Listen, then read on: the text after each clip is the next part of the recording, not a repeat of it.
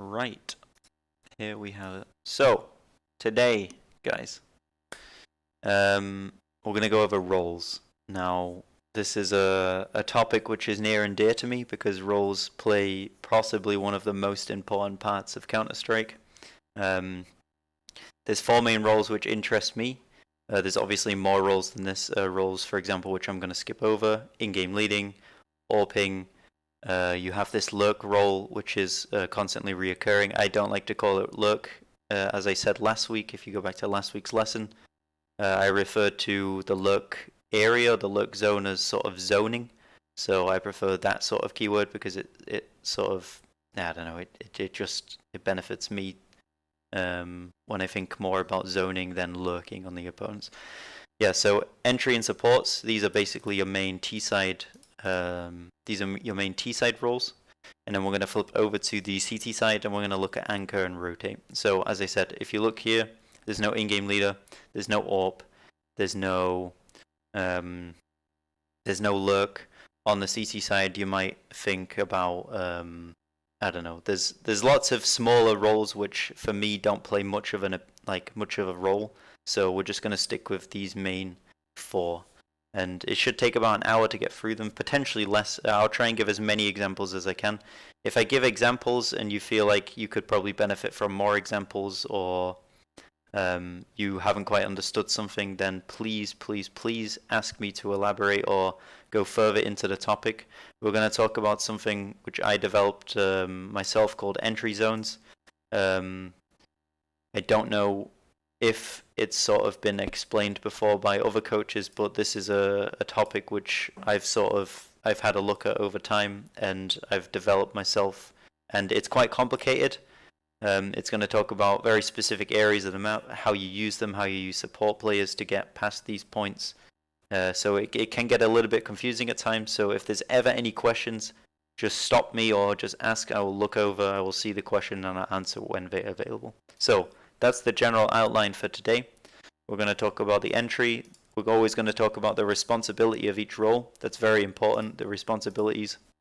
And we're going to talk about, for the entry zones, the communication skills which are associated with being an entry fragger, the examples of uses, so for example site entries and map control entries. Then we'll swap over to the support, which is basically the main person who helps the entry fragger move through the map, move through the sites, gain space, use utility to sort of pressure on the opponents. We're going to have a look again, the responsibility. There's always responsibility for each role. We'll look at the utility usage, the entry zone usage, which obviously ties back into the entry fragger. We'll have a look at the communication skills, which are associated with the support player. And then we'll have a look at, again, some examples of use. And then we'll swap over to the CT side and we'll obviously have a look at the anchors and the rotation. So responsibility, communication, player rotation, information gain, for example, etc., etc. The main things that we want to get out of today is we want to have a look at the responsibility of each role, because I think a lot of players sort of associate I'm an entry fragger, but they don't know what their goal is. They don't know what they want to achieve with the entry fragger. They just think it's dive into the site and try and get kills with a couple of flashbangs, mollies, whatever. And again, people who say I'm a support player, they'll typically think I'm the guy who throws utility, and that's basically my role. So there's obviously a lot more to it. There's a lot of communication skills which are associated with it. There's a lot of responsibility to get your players forward as a support. As an entry fragger, you have a role to create space, etc., etc. So we really want to deep dive into these things and make sure that we understand these roles to the best of our ability. If we don't understand these roles, then we're going to get the typical situation where people say I'm an entry and their goal is they think they just have to dive in first and try and get kills, when there's a much deeper meaning to being an entry fragger in 2020 and potentially the developing meta going into 2021. We want to be looking at how do we push forward and be a much smarter entry fragger? How do we get much smarter and better at communicating our support calls, etc., etc. So moving on. So one guy in the Discord is going, so I will hopefully see you on the VOD. Thanks for popping by. Right, let's get into it then. So move this over to my second monitor. So we're going to talk about the entry fragger first. So the entry fragger, in my opinion, is the most important role. It was in the past, let's go back to, let's say, 2013. You had the entry fraggers, let's say, like Freiburg, who were associated with being sort of dumb entry fraggers. They were the type of players which dove into the site with a couple flashbangs, nades, mollies, and their goal was to get the kills and just be sort of the star player when entering the site. And then as we developed forward and we sort of went over to the taco meta, sort of around 2016, 2017, we started to see a development of the entry role, and we started to see a more complex side to being an entry fragger. And this is where we want to look at. We want to look past this point, because this is where it starts to get interesting. So, entry fragging. The responsibilities of an entry fragger. So let's talk about the I can't type that. Let's talk about the responsibilities. At the end of the lesson, I'll hopefully leave the document which I just showed you, which should be filled out by then. I'll leave that on the VOD so that you can easily find that in the Google Drive. So the responsibility of an entry fragger. It's quite simple. Your goal as an entry fragger is obviously to entry and try and get the kills, but your main goal is to create space. If you can create space for your teammates, then you're going to allow for a much more open-ended sort of entry onto a site or entry into map control. Your general goal is to make sure that you're creating space for your teammates and you're not just sort of jiggle peeking and doing a little bit of this. So if you're an entry fragger and you, let's say, go onto a site and your main thing as you enter the site is basically to do a couple jiggle peeks or try and look for the kills immediately, what you're doing is you're setting up your team to potentially die. They're all going to be right behind you. They're going to be waiting for you to make the move.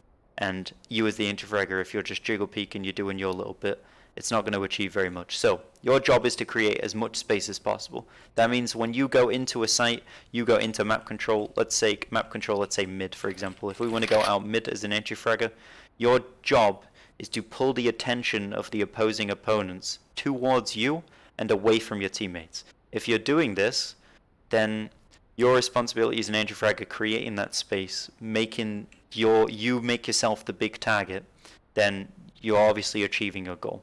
Now, we're going to go over a bit more in detail about how we can go about creating space, but that's the general overview of the role. Your role is to create space and potentially get a kill while doing it. If you die, it's not bad. Your goal typically will be to die when entering site. And I know that sounds a little bit controversial because obviously as an entry fragger you don't want to die, but if you die in the correct way while creating space, figuring out where the opponents are, then that will allow your second entry fragger or your support player, which is pressuring with your entry fragger, that will allow this player to get the trade frags, or it will allow them to get the information to relay it to the rest of the team, which will allow you to open up the areas, open up the sites, open up the map control. So there's no harm done when dying. Your goal is to get the attention, get all of the space to your from the opponents and give it towards your teammates. So we'll move on from that. What we're going to talk about now is we're going to talk about entry zones. Now, this is quite a complex topic. It's quite confusing, but I'll break it down. I'm going to go over lots and lots and lots of examples. But the general view of an entry zone is basically when you have contact, when you go into any form of either map control or site control as a terrorist, which you are basically going into any form of contact, then you're entering what I call an entry zone. So I'll give you a couple of examples of that. So let's picture let's picture a round where we have an enemy in connector here, and we also have an enemy in window. Right, now what that means is, as a terrorist, your contact point would be right here. When you pass this line, you pass the point where you become in the contact zone of an opposing player. Now what that means is, this box right here, so this little area right here, is what I would call an entry zone. Now, what that means is, if I'm in this area, I'm in a sort of, not a risk-free, but I'm in a lesser risk area. I'm I'm in a position where I can prepare myself for the map control. I can prepare myself for the site entry. So if we bring it down to here, it's the exact same concept. When I'm stood here, I'm in my entry zone. When I move past this, I'm now in the entry. So what you want to understand is any time you basically go into any form of position where an enemy could be holding that angle or holding the position that you're about to go in, you're in an entry zone.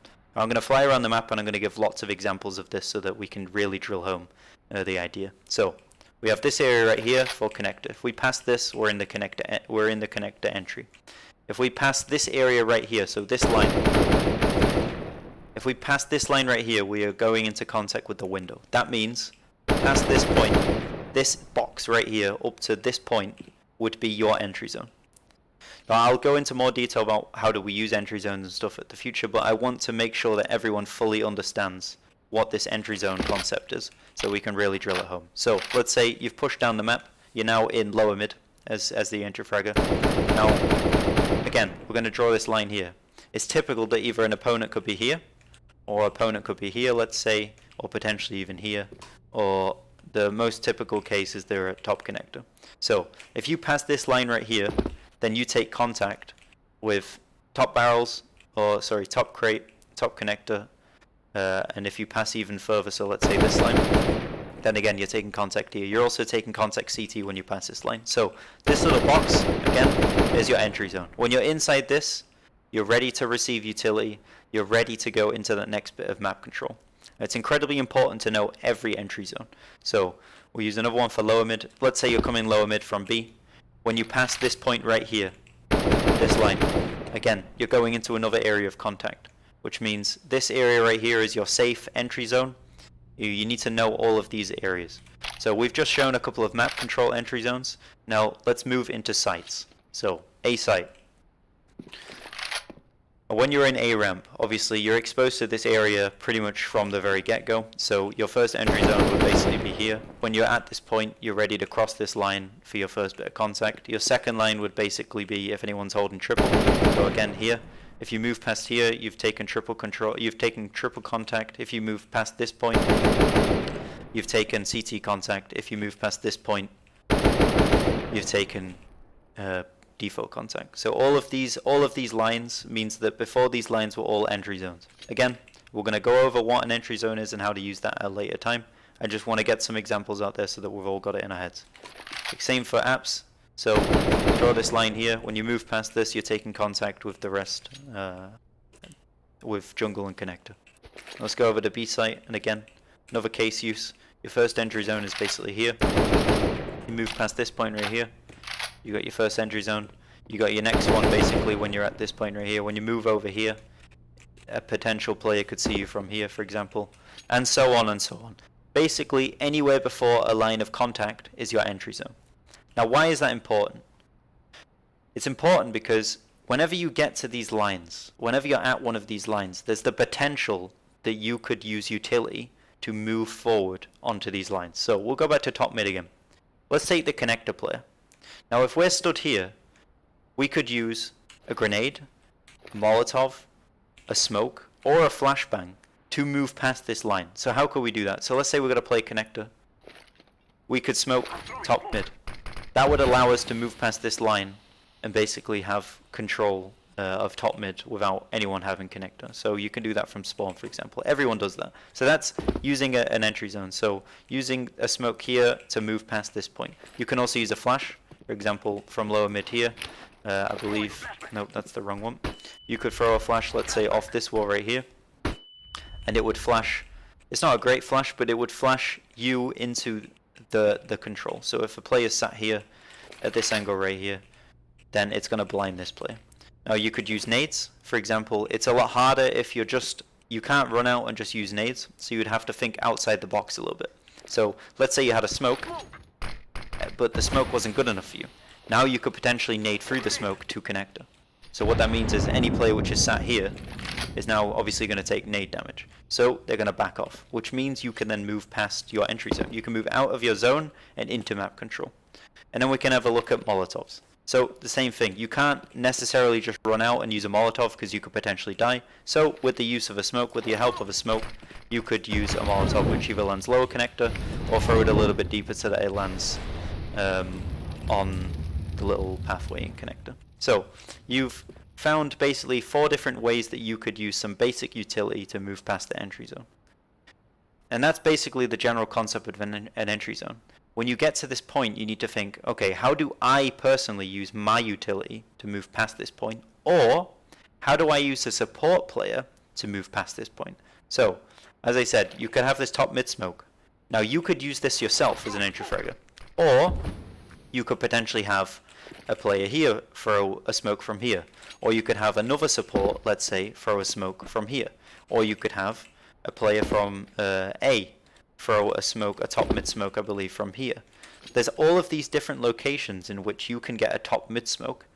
You just need to find a way of communicating that forward to your teammates. So, just from looking at one single entry zone, we found out many different ways of using lots of different utility to cross this point.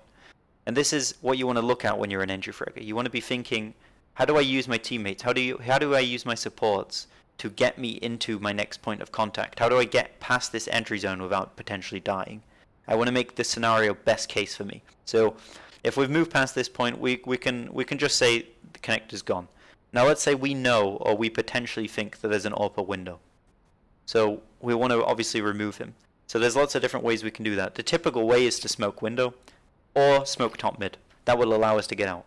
But what we could potentially do to increase this is, if we don't want anyone to play window at all, we could potentially go a step further. So we could have a top smoke window, and then we could say to our support players, right, let's all nade window. Let's 3 of us jump out mid, behind the smoke, and all nade window. And what that means is, you're using your entry zone to first get a support player to throw a top mid smoke. So as the entry, you could say, can you smoke my top mid quick? And then you can say to your supports, right, let's go out top mid and instantly nade window, all 3 of us, or 2 of us, for example. And that would then increase your chances that you don't have to use the entry zone as much in the future with the utility, because you're removing the player by nading him early on in the games. A bit of conditioning, as we spoke about in the first lesson. So, that's basically it. It's as simple as that. Every time you come to an entry zone, there is the potential that you yourself could use utility to move past it, or you could use your teammates. So I'll give you a more complex scenario. So let's say lower connector. Now, let's have a quick look at all of the places that we can throw flashbangs. So for example, a guy who's A ramp. Now this isn't as effective, but let's say he could throw a flash, which lands here. Now, you might think this is non-effective, but let's say there's an AWPer sat up on top of ticket booth, and he's holding this angle right here. Now let's throw a scenario in again, where we flash here. Now, this player is now going to be blind, and he hasn't seen the flash because it's landed up here. So, being an entry fragger lower mid, if you think they've not had an AWP window, and we don't really know if there is an AWP on the map, but there potentially could be an AWP up on ticket booth, then you could call, right, could you flash from a ramp to jungle, and potentially blind the AWPer. So this is where you start thinking outside the box. You 200 IQ the play. So how do you use the players that are around you to develop the situation? Do I just dry run in connector as an entry fragger and try and get kills? Or do I look at where my players are, where the potential that enemy players could be, and do I use them instead? So we used the flashbang example from ramp.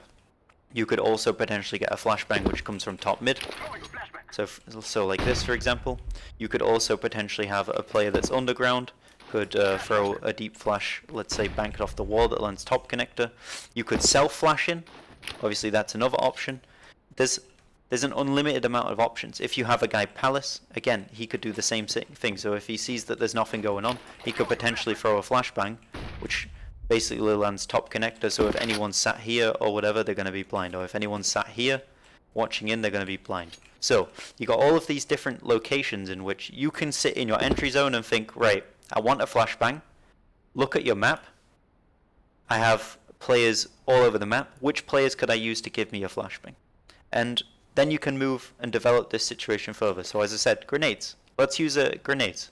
So if you think there's a player in connector, and you maybe think he's top connector, you could do the same. So you could get potentially a support player, a second player to come down. You could say, right, let's double nade top connector, and you could both bank a grenade off this wall. Or you could, if you see you have a teammate lower mid, then you could say, all right, if you nade off this wall, and I nade off this wall, for example, you're both going to throw a grenade top connector. They're both going to land in the same spot. So you're not using a flashbang, but you're still removing the player which is potentially sat at top connector here, because he's going to see these two nades coming and he's going to back, and then potentially by the time he's back here to look for the kill, you could already be in connector and pushing up. And this is the good point of entry zones. It allows you to think outside the box. You get first into your entry zone before your control, or before you take contact with an enemy player. You evaluate which players do I have around the map, and then how do I use them. And for most cases, it's going to be pretty simple. You'll have the players which are around you. You can say as an entry fragger, I want a flash here, I want a grenade there, can you molly here for me? But then you can look at some really outside the box thinking. So let's say you're in connector and you have this entry zone right here. Right. If you want to pass here, you're going to take contact from here. You could also potentially take contact from CT. You could also potentially take contact from CT, but it's very unlikely if you already have connector control, the enemy is going to be peeking there. However, if you have connector control, let's say where you were the entry fragger to take connector control, how about we swap the roles over? So now you become a support player. And let's say you have an entry here, and you want to cross this line right here. You want to cross the CT control. Well, you could say, right, I have a guy in connector, I want to cross this entry zone, so how about I get the connector player to throw a flashbang, which lands CT. And then you can then run out with this flash. You can run out with the flash. So as the flash lands right here, for example, from the connector guy, then you could run out with this. So this is where you big brain entry zones. You always think outside the box. Who can I use for what utility? Where am I taking contact from? So if I'm ramp, I'm taking contact from CT. Where can I use utility from with the players available on the map to potentially remove any aggression from CT so that I can easily access the site as an entry fragger? And this is the concept of entry zones. It allows you with minimal prac to always be thinking, how do I use another player on my team as a support to push me forward and create my space? So that's entry fragging in a nutshell. Basically, you want to use all of your entry zones, whether it's map control entry zones, as I showed you before, like let's say top mid or lower connector, or even short for that matter. Wherever you are, you want to take ladder room control and you're on short, and you have a guy lower mid, then you could potentially get a flashbang which basically lands in ladder room. Anywhere where you can think of the potential that you can use your teammates to take map control, you're using an entry zone. And it's a really simple concept. Not a lot of entry fraggers think about it. The typical case is that it's pre-recorded strats and they're pre-made and they're predetermined. Whereas if you have an entry fragger which knows how to use all of these zones, they're a much more round subject. They're way more capable in what they're doing.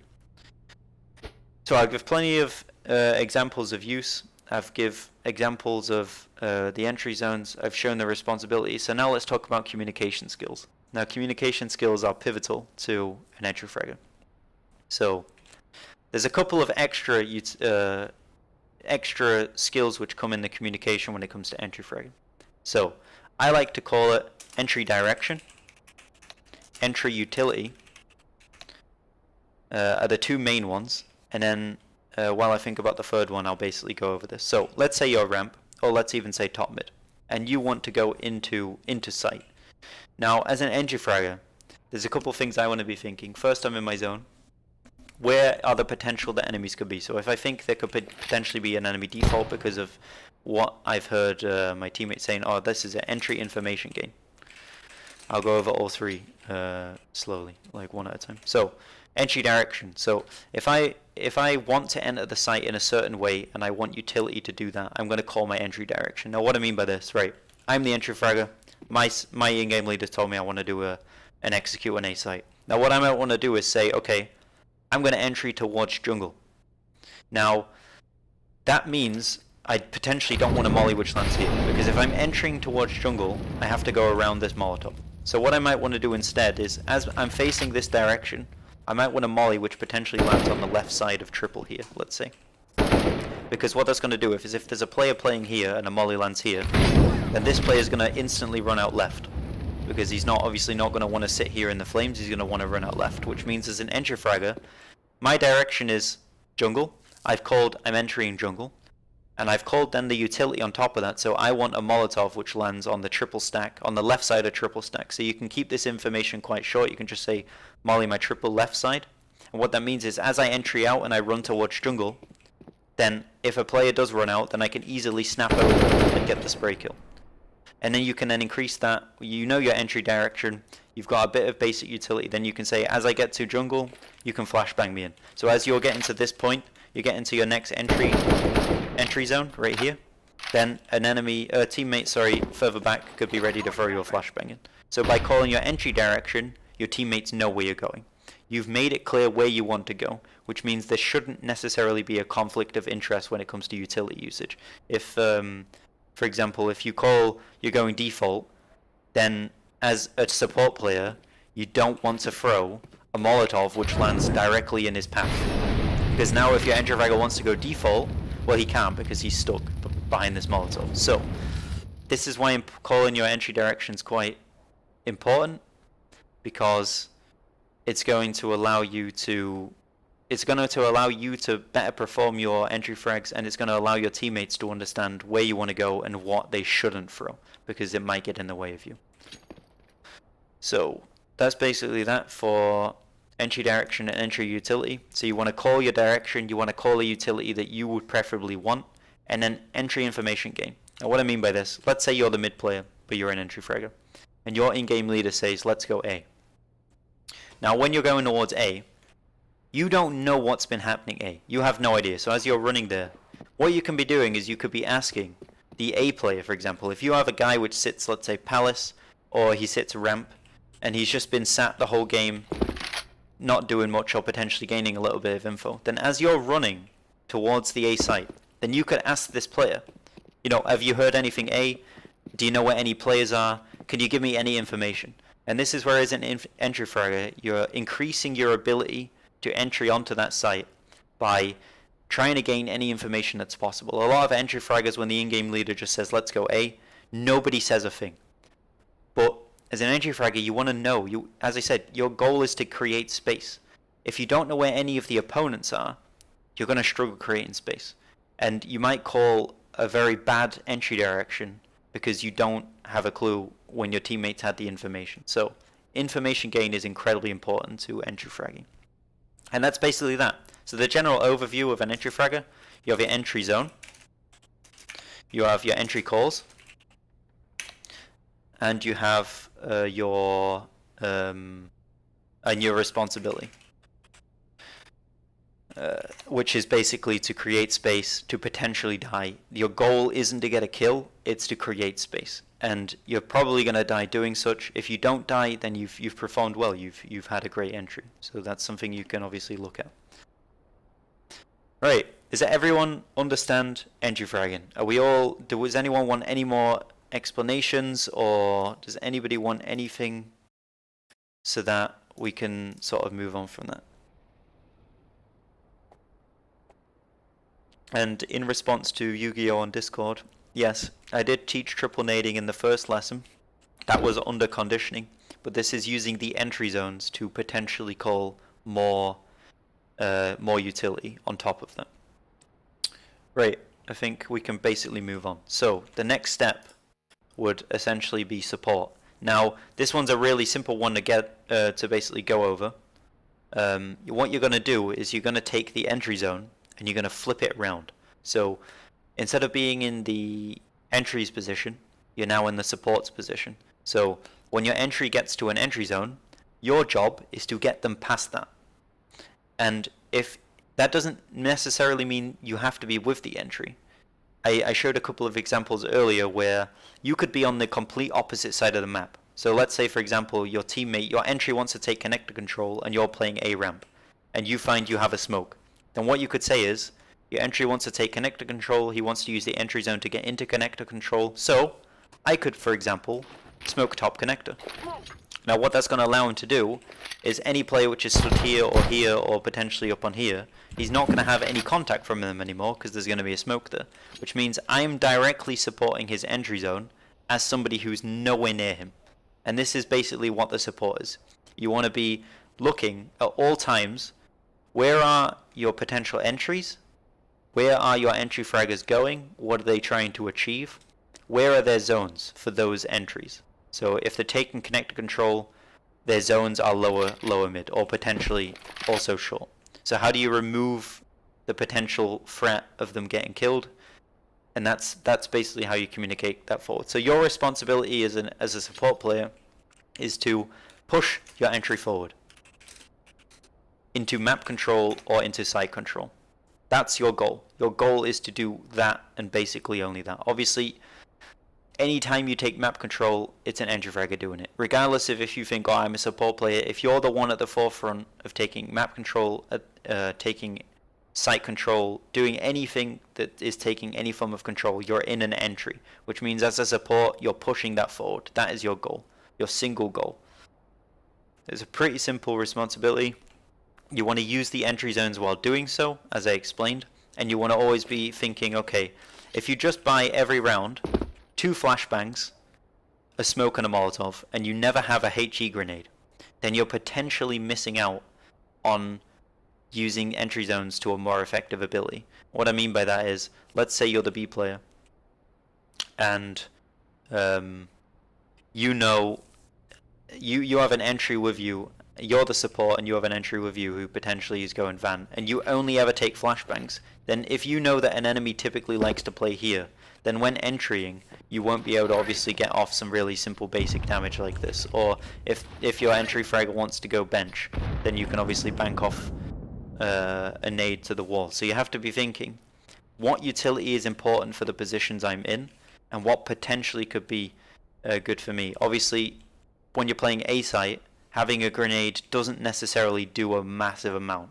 Like, obviously you can throw things like, when you're here, you could potentially throw a grenade which lands deep jungle, but you would obviously want to know that there's a guy deep jungle. It doesn't do very much apart from that.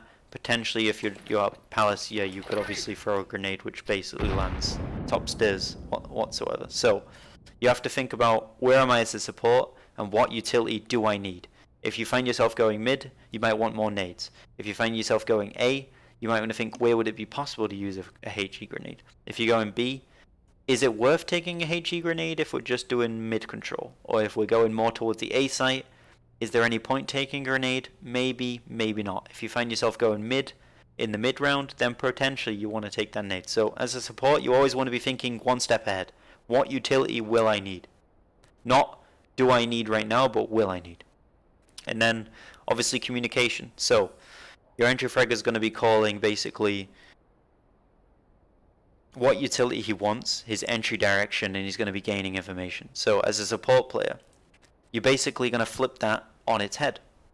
You want to be, not instead of calling your entry direction, you want to be either assisting the entry to make a call for his entry direction, or finding out. So for example, if you're sat behind your entry fragger, if you're in A ramp, and you're sat behind your entry fragger's here and you're here, and he's about to just blindly run into the site, and you don't know anything he's about to do. Well, 2 failures of communication have happened. You as a support player don't know what your entry's doing, so you failed in communicating and asking what he's about to do. And if your entry runs in and he hasn't called anything, then he's also failed in not telling his teammates what he's about to do, which now means there's going to be a breakdown on what utility do you need to use. Who knows? Where's your entry fragger going? Who knows? Which is why as a support, you always want to think, what would the entry do, and how do I think opposite to that? So, entry direction, ask for the entry direction. If you don't know, you want to know. If your entry's going, for example, as I said, jungle, then as a support, you don't want to throw a Molotov here, or you don't want to throw a Molotov, which let's say land here. Or if your entry wants to take deep jungle control, then you don't want to throw a smoke, which lands right here. You potentially want a smoke which either lands here, or no smoke at all. Or if he wants to take deep jungle control, then you might want to assist that by throwing, let's say, a deep Molotov. So this is where you want to flip the entry direction on its head and do it from the support's point of view. Now let's go on entry utility. Same thing. When your entry comes to a support, when your entry comes to an entry zone, then as a support, you want to think, okay, be suggestive.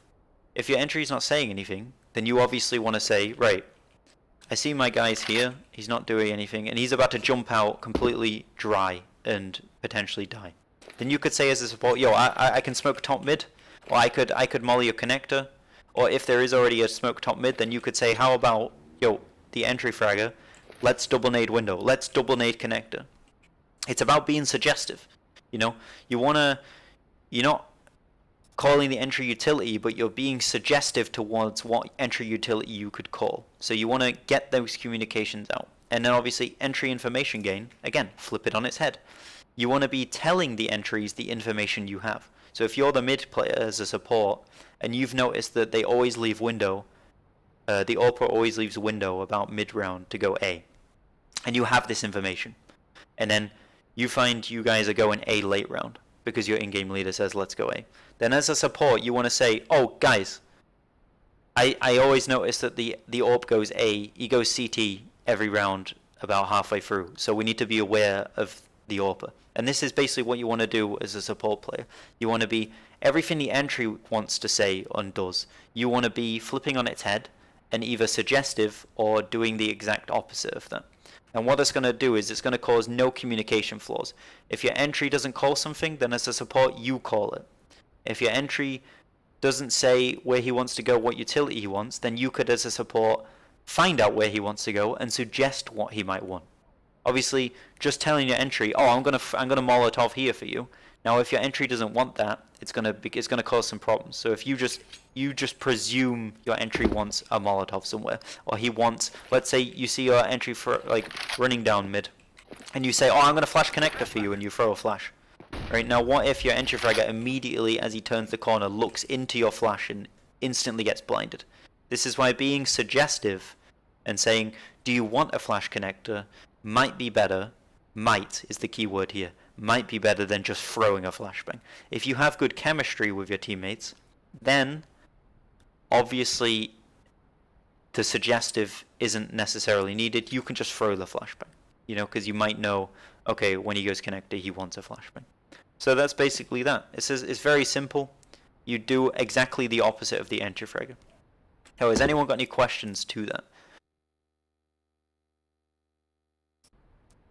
And no, I can't, I'm not going to dab at the end of the stream. I've never dabbed in my life, and I don't plan on doing so. Everyone happy with the support role, and then we can basically move on to the anchor and the rotation. Seems like everyone is happy up to now. So I'm just going to quickly reorganize my second monitor because it's a little bit dodgy right now. Right. Next thing. Anchors. Now, anchors is going to be, on the CT side, we're going to talk over, obviously, anchors and rotates. Anchors is going to be the bigger one out of the two. The rotation role is super simple. It's incredibly simple, really.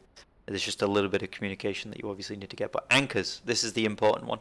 Now, as an anchor, your role on the CT side as an anchor is basically you're in control of your site. Everything, I just need to quickly minimize some stuff real quick. Everything that you do, if you're the anchor, is your responsibility. Now, what I mean by that is, what a lot of players do, let's say I'm the B anchor, let's say I'm the A anchor, because a lot more people play A, and I'm the A anchor. It's my responsibility to be in control of this site. I am the in-game leader for my site. If I have people telling me how I should play my site, it's gonna potentially cause error. Whereas if I know how I want to play my site, I know what setups I feel like are going to work, then I'm going to be more rounded and in control of my site. So as the anchor, this is what you want to be. Your responsibility is to be the IGL for your site. It's quite simple, really. You just, if you feel like the setup's bad, don't leave it. Say, I think the setup's bad right now, we should make a change. If you're going aggressive and you feel like you should take a step back and maybe not go aggressive, then that's your time to say you are in control of your site. Obviously, if you're doing some form of team setups, then you might not always want to contradict what your teammates do, but the general thing is your site, your rules. This is your responsibility, is to make sure you've always got a good setup. You're always making the right calls for your site, that nobody else is trying to take control and make the calls for you, because that's obviously going to lead to you playing how you don't want to play as as the anchor. And yeah, it's just going to cause an absolute terrible amount of problems. So let's look at communication. So there's a couple different communication I look at when I'm looking at anchors. So I look at anchor to anchor communication. I look at anchor to rotator communication, and basically just general comms. So what I mean by that is anchor to anchor. Now, this one's a little bit more confusing and doesn't necessarily apply on Mirage, but if we look at some maps, it's definitely going to apply in places. Now, there's going to be times where as an anchor, that just generally calling a certain call isn't necessarily going to be very beneficial. But if you attach the opposite anchor's call name to that call, then it might be beneficial. Now, I'll give a quick example. Let's say the opposite anchor is called Bill. The B anchor is called Bill. Now, I hear 50 seconds remaining. There's an enemy in apartments. I'm playing here. Ooh, keep pressing the B button. I'm playing right here, holding the off angle for CT, for T-ramp. And I hear a guy jumping around apps. Now, I can maybe look at my map and think, okay, there's not much going on in mid. But now they've got a guy jumping around, let's say, A apps, and he's making a lot of noise and there's 50 seconds left. So I need to think as an anchor, I need to be in control of the situation. There's potential that there could be an A execute right now, or this guy's trying to cause a distraction. Now, where this is most relevant to, in my opinion, is the opposing anchor, because there needs to be two reactions. Either you need to get more reinforcements to your site, or you need to rotate a player off your site, because the enemy site could be about to be attacked and you could potentially be faked.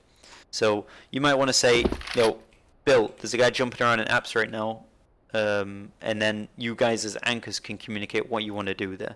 So instead of the in-game leader saying, right, let's say you've got a short guy, and it's 50 seconds left and the anchor on A is called that there's a guy jumping around in apps. Instead of the in-game leader saying, sure, I want you to go A now, then what you could basically do is, if you attach Bill, the B anchor, to the call, then he could say, well, I haven't seen anything B, I haven't heard anything, so how about the guy who plays short here, you rotate off to A because I think B's safe. And what that allows you to do is, instead of the in-game leader always deciding where he wants players to rotate, who he wants to rotate, when people should rotate, the anchors can start communicating, am I safe? I potentially don't need a player, so I can rotate my rotator off. Or, am I not safe? Is my opposing anchor's call not a very good call? She's just potentially being faked? Then I could say, for example, as the B anchor, Bill could say, okay, well, I think there might be guys B apps, so you potentially could be being faked. And then he could ask for the connector player to rotate over to B. And I know that sounds very confusing, but what I'm trying to get at is, if you attach sort of important late round comms or information to the name of the opposing anchor, so instead of just saying there's a guy apps and it's 50 seconds left, if you say, Bill, we've got a guy apps, then the opposing anchor can then be thinking, okay, am I in trouble? Do I need to rotate off, or can I stay here and wait?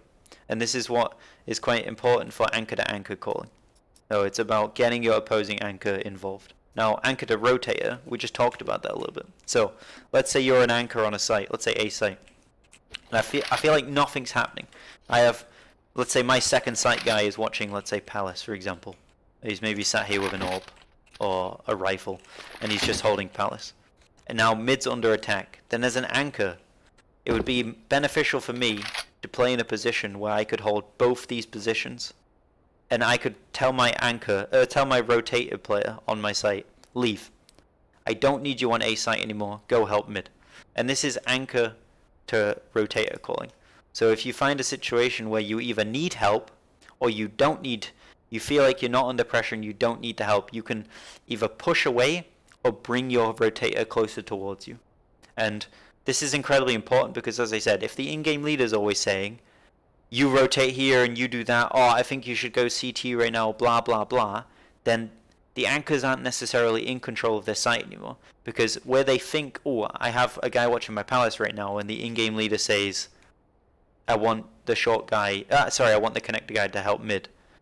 Now you've lost control of palace, and now you have to change because somebody else made the call for you. Which is why it's important as an anchor to call to your rotators to either get help or push them away because you think you're safe. And then general comms. General comms of calling, you obviously want to be calling all your information. If you hear anything that the enemies could be doing, if you feel like you're being conditioned, we talked about this in lesson 1. For example, if you're A site, let's say you're playing here on ramp, and the enemy, for example, they could potentially, let's say, throw a smoke out here, a solo guy, and he's nading ramp every time. Now, he's potentially conditioning you so that you don't play CT anymore, so that you potentially play on site. And if you feel like you're being conditioned, you need to say this. I can't play CT, I'm being conditioned, he's pushing me away from CT. Because he doesn't want you to play there. He wants you to play on site so that he can either potentially get a molly on you or whatever it is, you know? And you need to communicate all these general comms. Information gain, if you're being pressured, if you need an anchor, when you're using utility, even if there's nobody on your site, like let's say you've got 3 guys mid and you're alone on A, and you throw a smoke, and you feel like nobody needed to hear that because I'm alone. Well, now what happens if potentially someone rotates around to CT and they believe you've got a smoke and they want to go aggressive ramp, for example, and you think that's a good call, and they might call, okay, smoke ramp. Well, now you don't have one because they never heard you call that you've used your smoke. So it's important to call all of your general comms, utility usage, information gain, everything. Just all your general comms plus your anchor to anchor calling, your anchor to rotator calling, very important. And that's basically an anchor. You're an in-game leader for your site. You're calling all your general comms, all of your anchor calls, all of the information gain, whatever, attaching names to it, telling your rotator to go off, whatever. And big one, we talked about zoning the other day, calling retakes. And this is quite important, and a lot of players don't understand this, but you don't, as an anchor, always have to play on your site. So for example, if they're not necessarily coming A very often, or if they do, it's full out executes, and they never go mid, then what you could potentially start doing is start playing as an anchor from connector. Have your rotator play connector, you play from here, and if they do an execute on site, just back up. Just play a 5 versus 5 retake. And the same on B. Let's say you're holding back here, and you've got a guy deep short, and you're the anchor for your site. If they do a B execute, instead of fighting, you could say, right, let's play retake, boys, and you could just back up into the market area, and you could just hold, let's say, back from here. So you don't have to wait for your in-game leaders to make calls like that. And also, let's say you also play short as an anchor. So you have one guy short, you're also short. If they do an execute, then just back off. Just say, oh, we'll play retake. You just both play from short. You could clear mid control, as I said, clear the secondary zone, what we talked about the other day. It's important to get all these basic calls out as an anchor. So that's basically that. So we talked over the responsibility, in-game leader for the site, entry calling, communication skills, anchor to rotate, calling to rotate a player in, calling to rotate a player off, information gain, retakes, and a couple of examples of basically showing that. Is everybody happy with the anchor calls? I think that's basically as much as I can give on the anchor. It's a fairly simple role, it's just very, very badly performed in most scenarios.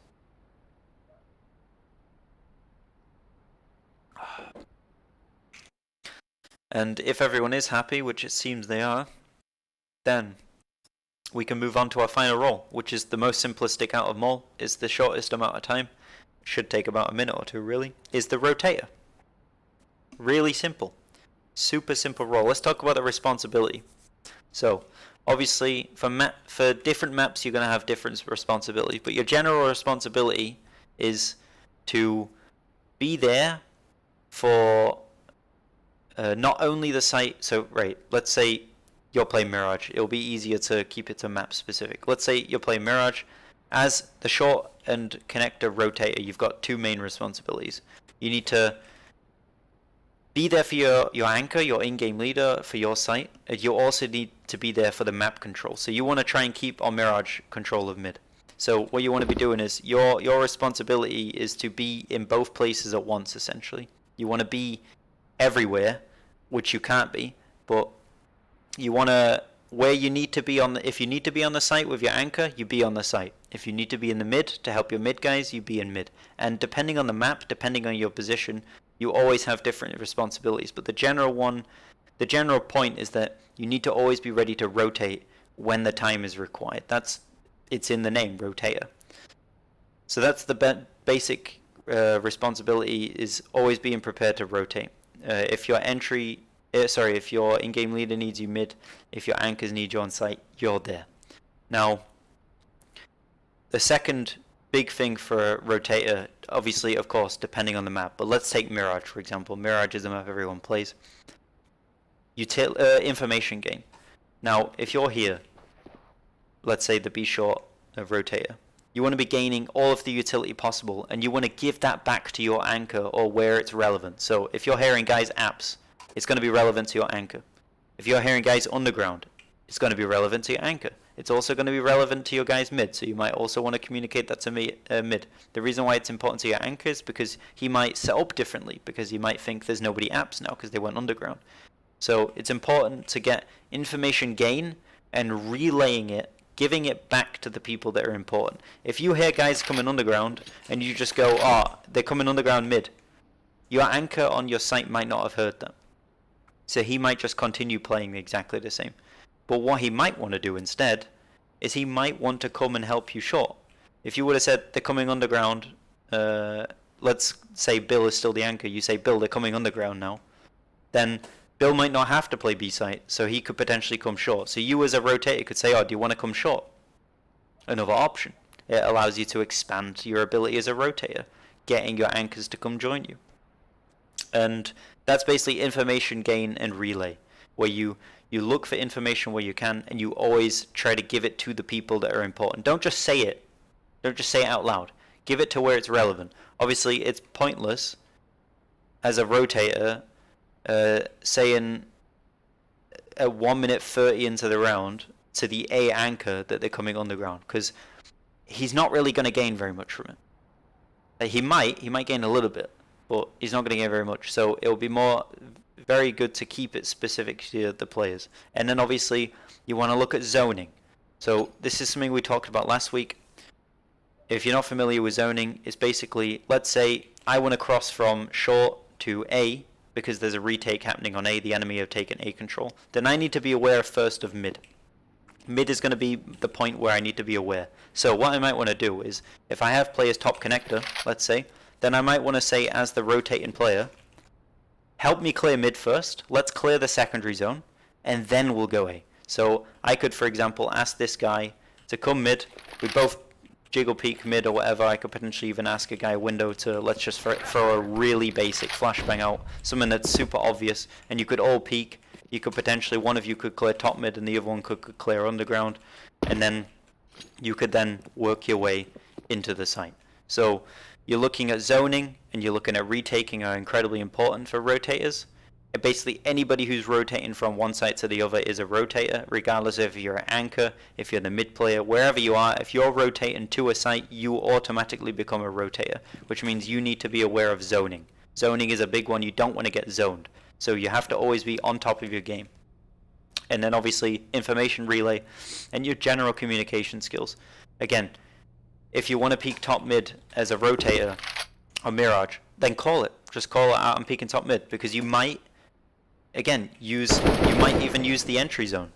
You might potentially, someone sees you're about to cross an entry zone from top connector and they throw a flash for you.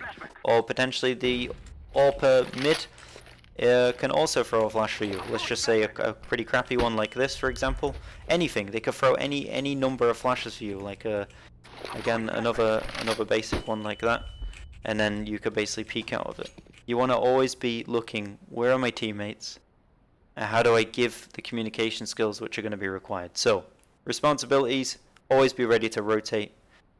Be ready for the person that you're needed with, either your anchor, your mid control, wherever it is. Depending on the map, it's always going to be different. The communication skills are general, just general communication skills, and then information gain and information relay, and then zoning. Be aware of the zoning. The zoning is really important. So no matter where you're rotating from site to site, if it's through mid, if it's through, let's say, if you're coming through here, and you haven't had window control for a long time, then there's a potential that you're about to get zoned from window.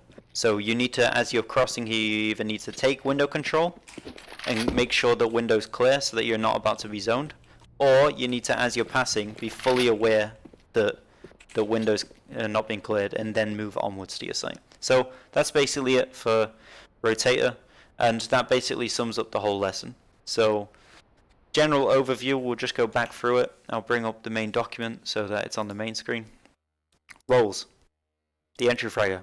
The responsibility is obviously to create space the best to your ability, and in doing so you're probably going to die, so don't worry about dying.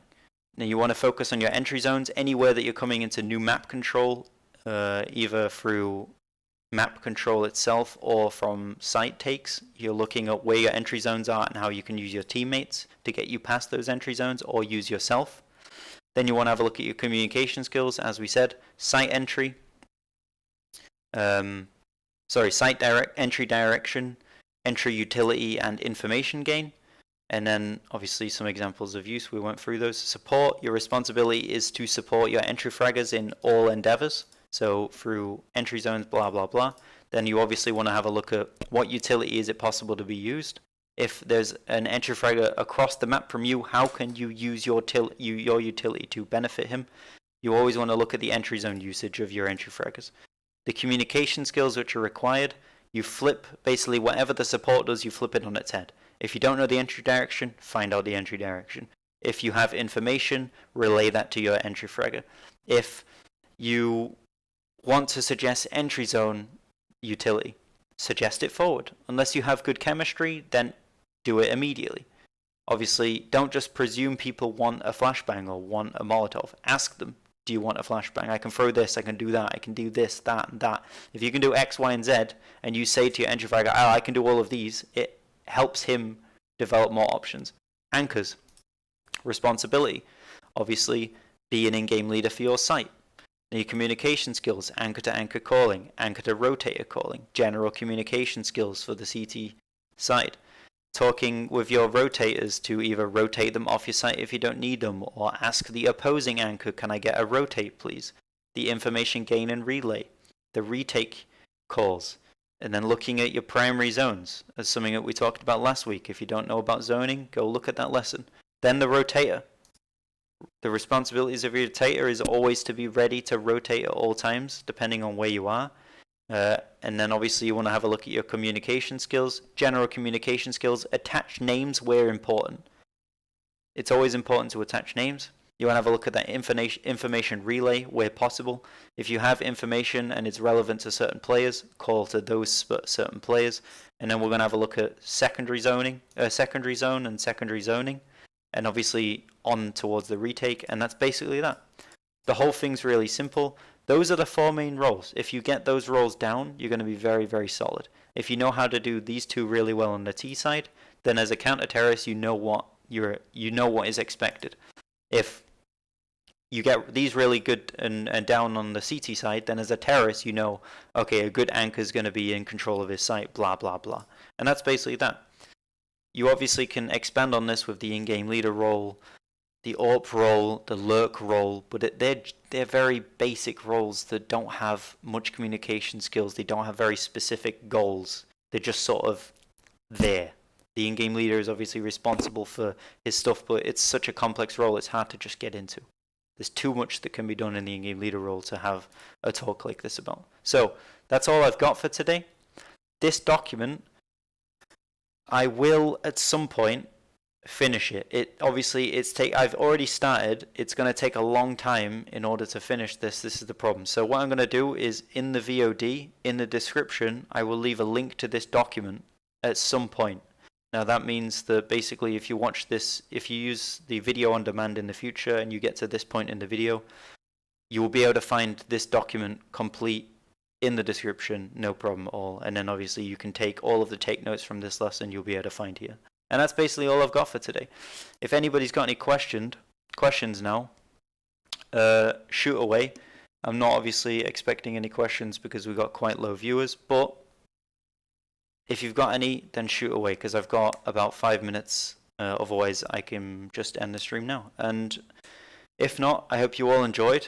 I hope you learned something because I do put a lot of time in trying to figure this stuff out. It's not as simple as just going on a server and just having a guess. And I haven't really learned anything from playing myself as a player because I was never like a top-end player. This is all what I thought about in my own theory. So I really do hope that you've learned some things from this lesson.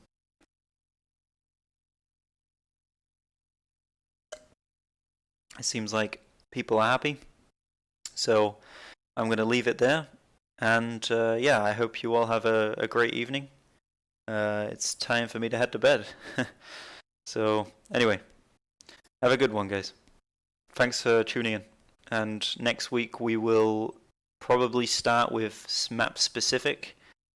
So it will be great for any teams. For example, I think we'll probably start with Mirage because that's the most simplistic map.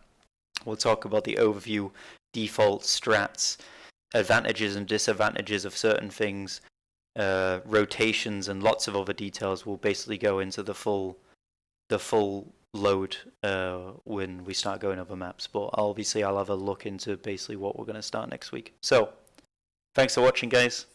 Have a good one.